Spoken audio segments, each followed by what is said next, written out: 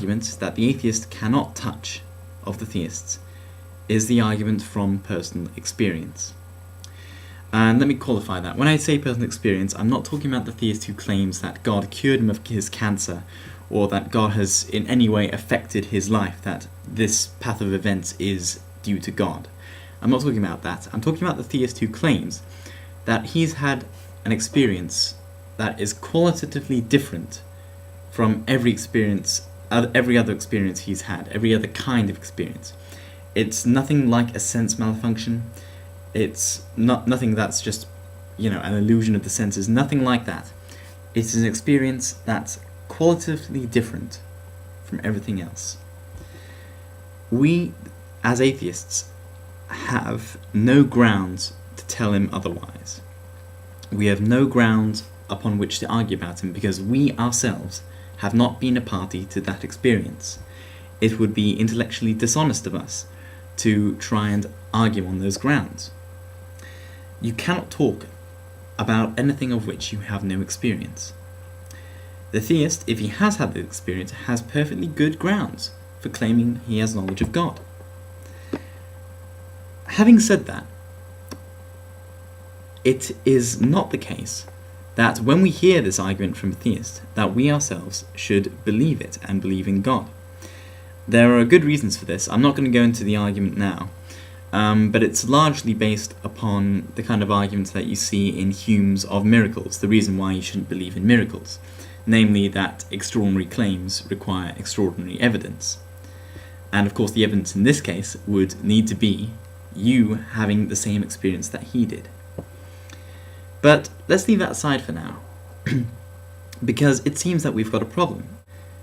There is something out there that could actually convince us of God. It would have to, because if it was sufficient to convince this man of God, and it has done, surely it should be sufficient to convince us of God.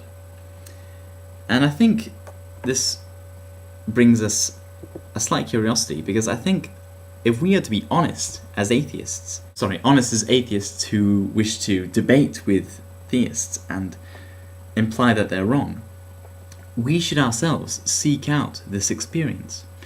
We should try and let ourselves be open to an experience that is qualitatively different from anything empirical, a kind of knowledge which comes from another source. This is actually the reason I pray. I don't pray very often, just to let you know that, but I pray from time to time. I have other philosopher friends who do the same, actually. However, once again, I think I need to qualify what I'm saying, because I think before searching for divine experiences, we need to be aware of the range of our normal experiences, because there are many experiences out there which could masquerade as divine and yet be completely empirical and normal in nature. And because of this, I think that we should educate ourselves in human psychology. If you will remember, a couple of months ago I posted a video called Letting Them Into Our Heads, in which I talked about hypnosis, which is a system in which our senses can be deceived, our minds can be twisted in certain directions, which can make us believe certain falsehoods. The greatest example of hypnosis that I've ever seen was performed by this man called Darren Brown. You can find him on iTunes.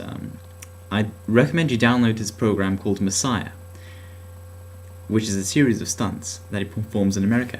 And one of these stunts is him giving a room full of atheists and agnostics a religious experience, making them believe that they have seen God. This scared the crap out of me, I'll tell you that. And this is something that I feel that every theist should watch. Every theist who claims that they've had this personal experience could watch. Not because I see it as an argument against them, because I can't argue against these people.